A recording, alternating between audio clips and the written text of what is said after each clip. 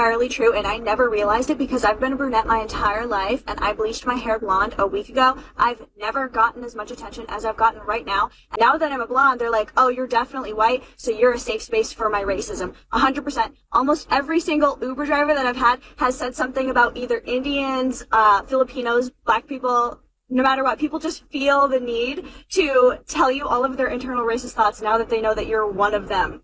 Look at this woman. I remember a time when white women and white men in particular as well, they were repulsed by, Black people because of their lips. That's one of the things they couldn't stand. And you see today, as this white woman on the screen, she got all kind of fillers in her lips, right? It's just amazing how that the things that Black women were always ridiculed for, their lips, their butts, all that sort of thing. Now these women are spending money on BBLs. When y'all talking about BBLs, it's just not Black women and other groups of women outside of Black getting it. No, you got a lot of white women getting BBLs. But they feel that, well, you must be a Nordic queen. And so since you are representing to them a Nordic Viking queen, then I can just really be, my white supremacist self in front of you. That's a great insight into the mind of the white supremacists.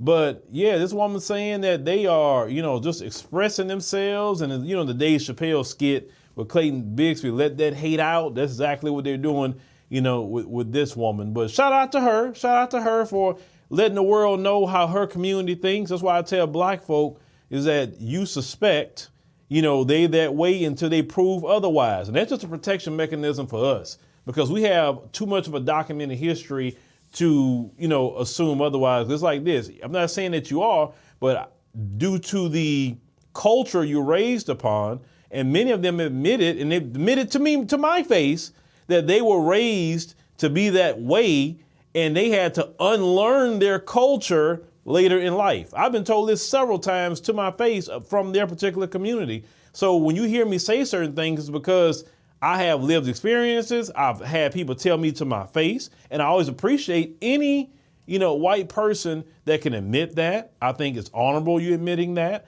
I think it says a lot about you and that you're not that way and you being just a great human being.